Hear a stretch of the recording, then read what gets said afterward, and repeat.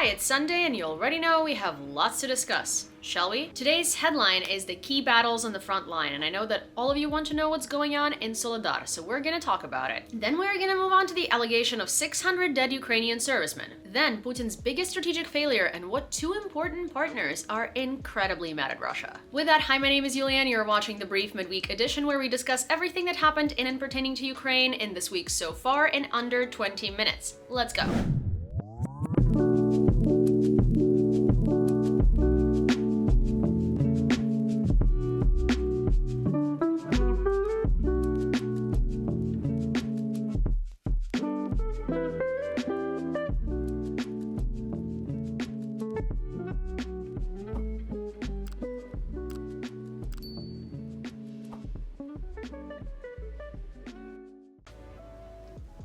In 2014, the battle for Donetsk airport became synonymous with Ukrainian resistance. Even though the airport was lost, the Ukrainian servicemen fought bravely until the very last minute. The key phrase you need to know here is, the people persevered, the concrete didn't. Today, the same area is experiencing some of the most intense fighting between the armed forces of Ukraine and the Russian invaders, including Wagner PMC.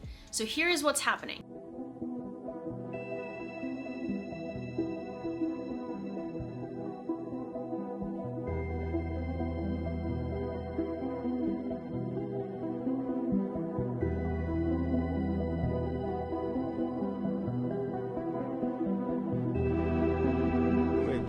They lose battalion after battalion. In radio interceptions, we hear that one battalion has been lost and another battalion has been lost. But the Russians replenish resources very quickly with this new wave of mobilization. New battalions are coming in again.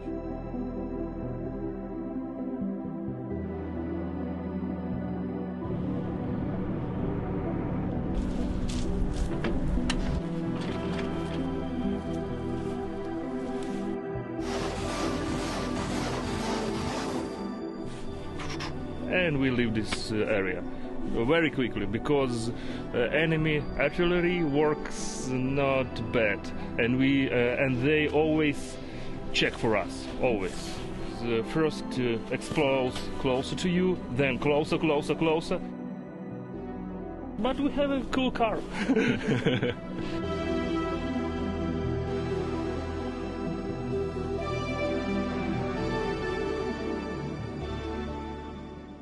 Another key battle is near Kreminna, where the Ukrainian military has achieved success. According to the Institute for the Study of War, even the Russian propagandists on Telegram channels are already saying that the Ukrainian armed forces are ready to resume the offensive in Liman direction. And that's great, because Liman is one of the key cities to take. Currently, fierce battles are also going on in the south, particularly around the Kinburn Strait of Mykolaiv region. The Ukrainian armed forces continuously liberate territories from the Russian invaders. However, unfortunately, no one has absolute control over the islands yet. And now that we've covered all of these, let's talk about the elephant in the room, Soledar. At the same time, the Russians suffered significant losses and once again retreated, despite hostile propaganda statements about the allegedly captured Soledar. Fierce battles are going on there. During the day, the enemy fired 106 shellings in this direction. 22 clashes took place.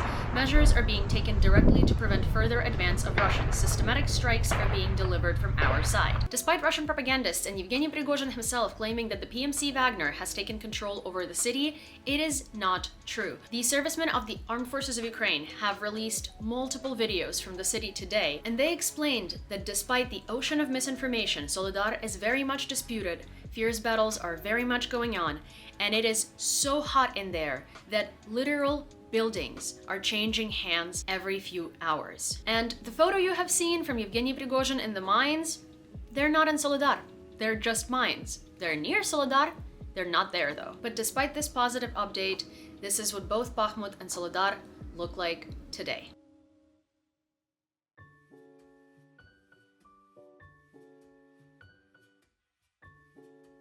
And of course, we've all heard the allegations that Russians have also surrounded Bakhmut. That's not true. They threw over all of their forces to Soledar, so all of the Wagnerites are there. And the only people left from their side near Bakhmut are actually recently mobilized who don't know what they're doing. Bakhmut is not surrounded. It still stands and stands very firm. And for a more positive update, Russian troops quite literally have zero idea and cannot understand where the next offensive of the armed forces of Ukraine might take place. Hint, if you want to know, watch my previous brief. Here's what the British intelligence has to say. In recent weeks, Russia has bolstered defense fortifications in central Zaporizhia Oblast. They maintain a very large force in this sector, and for a reason. The way Russia has improved defenses suggests that the commanders are preoccupied trying to figure out where it is that Ukrainians are going to launch their next major counteroffensive.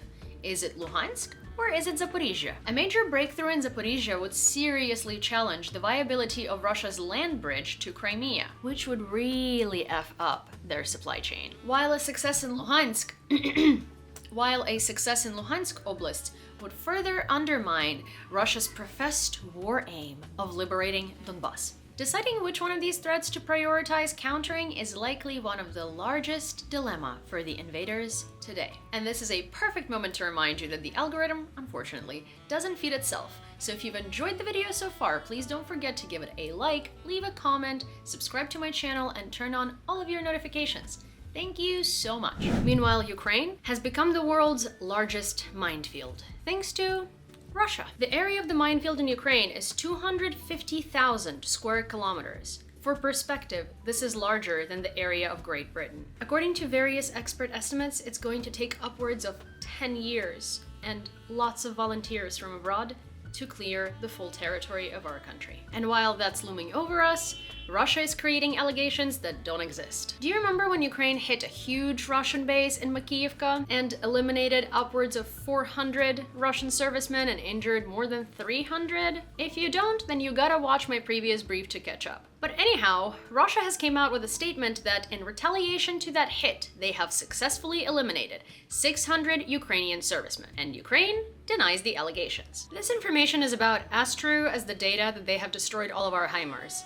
Well, actually, more HIMARS sometimes than Ukraine even has in stock, but I digress. This information is just an operation of the Ministry of Defense, or offense, as I like to call it, of the Russian Federation as a response in retaliation to the successful attack of the armed forces of Ukraine that led to the destruction of a high concentration of their personnel, their trains, and their logistics equipment. And while we have high precision destruction systems, they do not have such an opportunity, and that's why they make it up. Foreign journalists chimed in on the topic and issued a denial as well. Reuters correspondents visited the two dormitories where allegedly Ukrainian servicemen were housed during the night strike, but both buildings were not directly hit by the missiles and there was no serious damage. Plus, there was also working electricity and light in one of them. So how could all of these servicemen die in these two buildings if the buildings were not directly hit? There was also no signs that military even lived there, no bodies, and no traces of blood. I mean, of course, according to Russia, Ukrainian servicemen are manufactured in a lab with NATO robotics, was it? Bio-nuclear weapons, was it? So maybe that's why. Maybe blood just doesn't come out of them. And while this hit was imaginary, the hits on Kharkiv and Mykolaiv this week were not. As a result, 7 civilians were injured, including a 13-year-old girl. They also attacked a critical infrastructure facility in Kherson. And in Mykolaiv, 100 private houses were damaged as a result of the night shelling. Preliminarily, a total of 8 victims have been delivered to the hospitals, but they continue arriving, so we're gonna have to wait for further information. Incessantly striking and destroying Ukrainian cities seems to have become a Russian national sport. And speaking of which, in Odessa region, a service dog during training found shells from World War II, belonging to none else but our favorite northern neighbor. Jorna, the dog, worked in a place where there were no training bookmarks. Border sappers found 2 152mm artillery shells from the era of the German and Soviet invasion of Ukraine, otherwise known as World War II. By the way, did you know that in Russia, they don't call it World War II, they call it the Great Patriotic War? And most of the population doesn't know that the war actually started in 1939. They think it started in 1941 when Germany invaded the Soviet Union. Did you also know that while the whole world mourns the losses of people on all sides during this terrible, terrible time period, Russia celebrates Victory Day? Yep, they do. And speaking of Germany, the head of the German Foreign Ministry, Annalena Baerbock, arrived on an unannounced visit to Kharkiv, And here is why. This city, Kharkiv, is a symbol of the absolute madness of the Russian war of aggression in Ukraine. It is important to me that we do not lose sight of Ukraine's place in our European family. According to her, she wanted to get a better picture of the wartime situation on the ground in the region. And just hours after she left, missiles started flying onto Kharkiv. The story that I told you earlier. And if there is anything that Ukrainian officials have been promising our people, is that the time will come and Russian officials will stand trial for the crimes and everything they have done to the territory of our country and our people. And here is a story of one such official, Maria Lvova-Belova, the Commissioner for Children's Rights of the Russian Federation, appointed by Vladimir Putin himself. What does she have to be charged with? A special crime of genocide. Russia invaded Ukraine. I'm here to talk whether or not what is happening amounts to genocide. I also want to talk about the responsibility of Russian officials. If this is really a genocide, then someone is responsible. It is a living person with a face and a name. Do you believe you know who that person is? Her name is Maria Lvova-Belova. She is a Commissioner for Children's Rights of the Russian Federation, appointed by President Vladimir Putin.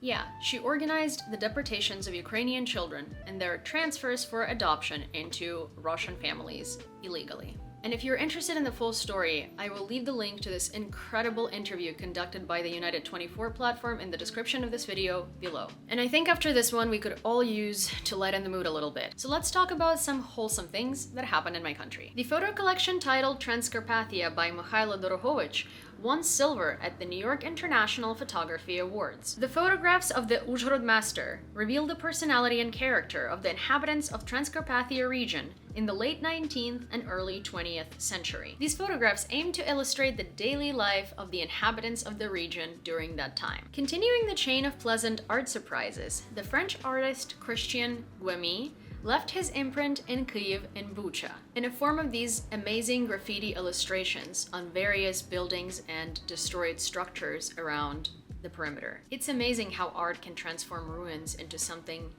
meaningful and even pleasant to look at, right? And then Russians defiantly expelled the director of the Mikhailivska school in the Zaporizhia region. Now, why did this make it into the category of wholesome news? Well, because he was raising money for the needs of the armed forces of Ukraine, and being expelled by Russians quite literally means that you get deported from the occupied territory back onto the territory controlled by Ukraine. So it's kind of like a get out of jail free card. Anyways, here he is. And the best part of it is, according to the Russians, Viktor Udovichenko scared the Russian occupiers by telling them stories about the armed forces of Ukraine and how Zaporizhia is going to be back under their control. And of course, the horrible, horrific tales of the return of Ukrainian power to the region. It's just so funny.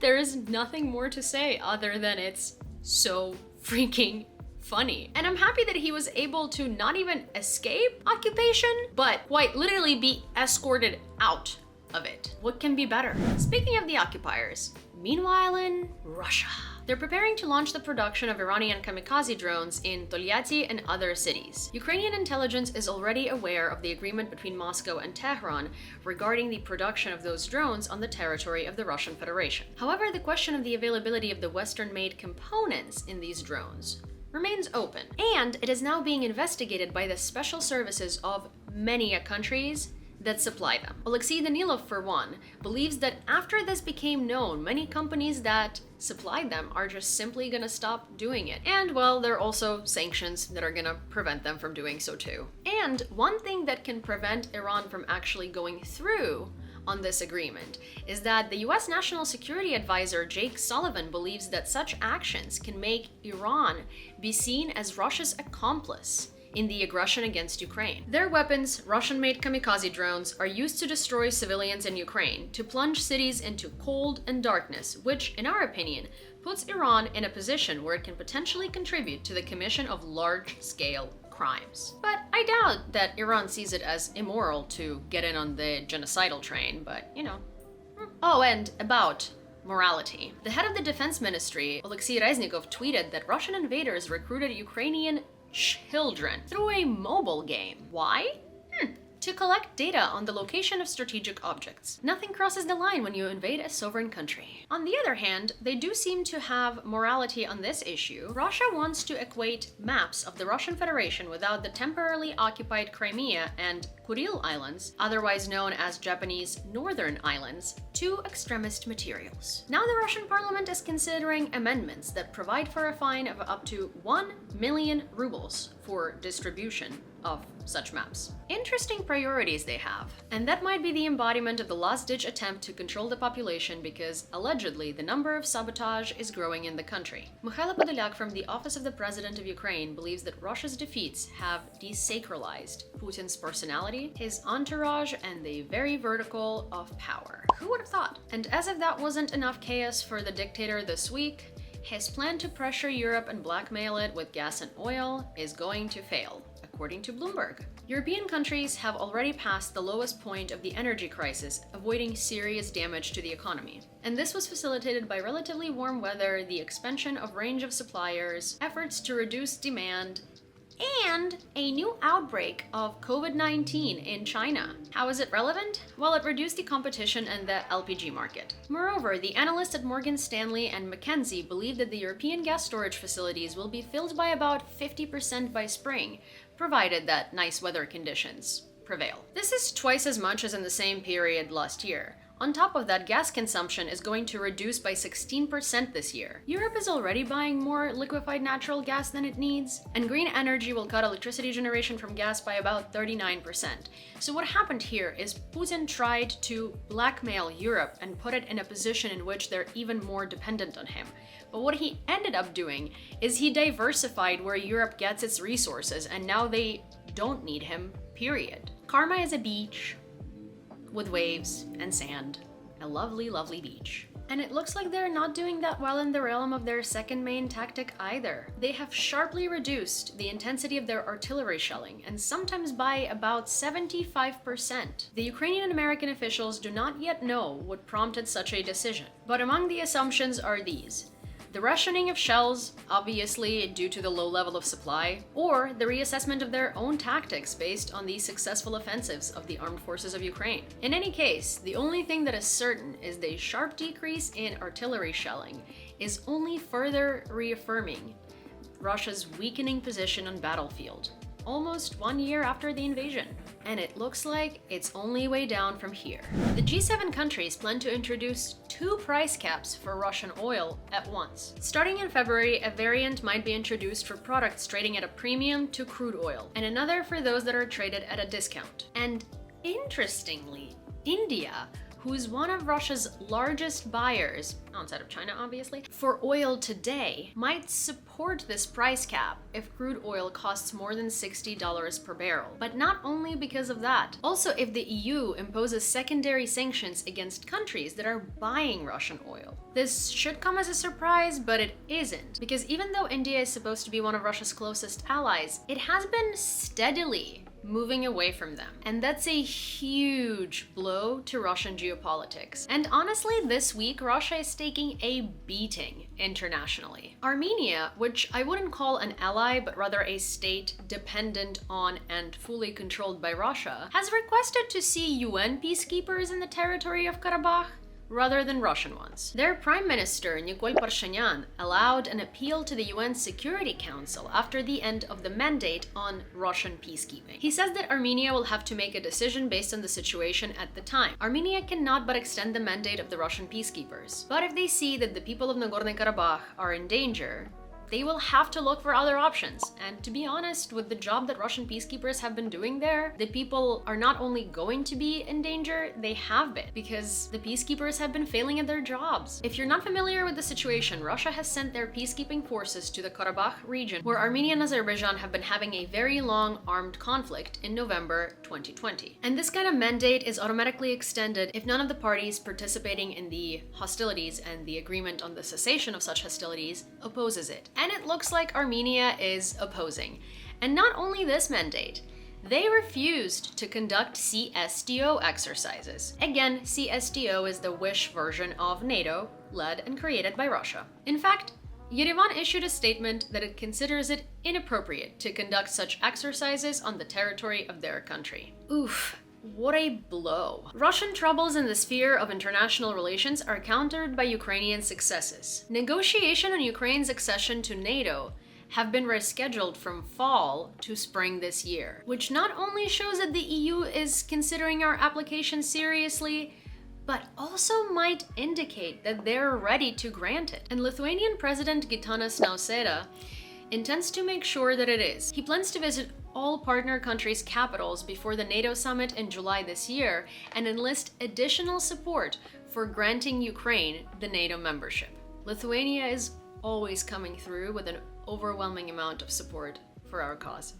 Thank you. And I don't know about you, but I've noticed that with the start of 2023, it's only been good news for Ukraine. And I really don't want to jinx it, and I hope it perseveres, but for now, I can't help but be incredibly excited for the fact that the EU and NATO decided to step up their defense cooperation for Ukraine amid all of the Russian attacks. And they're making it official. NATO Secretary General Jens Stoltenberg, European Commission President Ursula von der Leyen, and Charles Michel, who is the European Council President, will sign a joint declaration on January 10th, which is a very big deal. Pledging support and signing a legally binding document of support are very different things. And concluding the international news is this big bombshell. Turkey and China are incredibly mad at Russia. Turkish president's office accused them of prolonging the war, which is a very new approach by Turkey,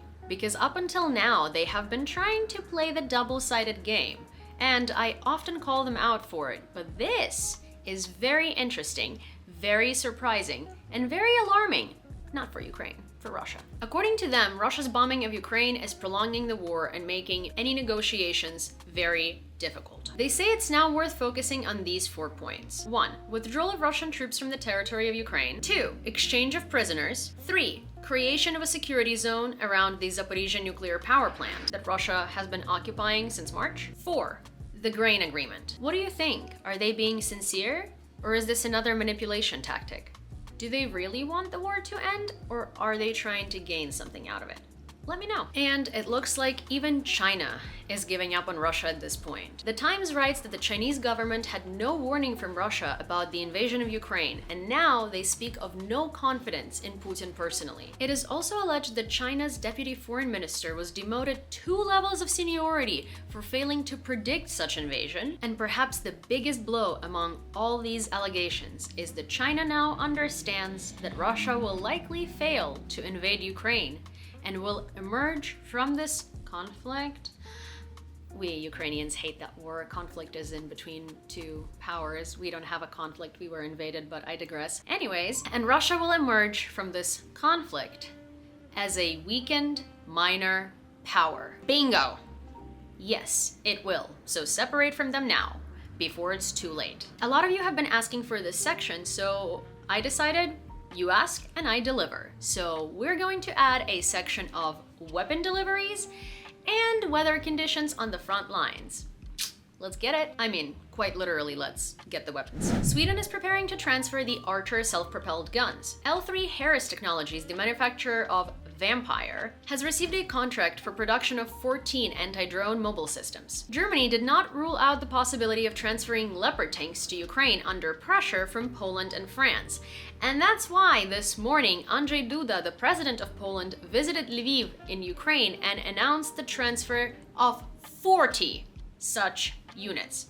Hopefully, other countries follow. Ukrainian military is developing a new weapon ourselves that will become a tank killer. Soldiers of the AFU are going to remake a fragmentation grenade for installation on DJI Mavic drones. The UK has been in talks to supply a certain number of Challenger 2 main battle tanks. The Czech Republic will hand over a new batch of T-72 battle tanks and Trava 30 evacuation vehicles. And one of the tanks will be autographed by the Prime Minister Peter Fiala himself. The Pentagon is considering sending Stryker combat vehicles. The Czech company Excalibur Army invested more than 27 1.7 million euros for modernization of tanks for the needs of the armed forces of Ukraine. Italy intends to supply SAMPT air defense systems. And last but not least, Latvia will offer Ukraine a new batch of Stinger manpads. Here are weather predictions Thursday through Sunday of this week in various different frontline areas. In Luhansk, precipitation is 10% and humidity is 81%. Wind is 13 mph, and the temperature is going to range from 26 degrees Fahrenheit to 41, and that is from -3 to 5 degrees Celsius. Donetsk Oblast is seeing precipitation of 20% and winds steadily ranging at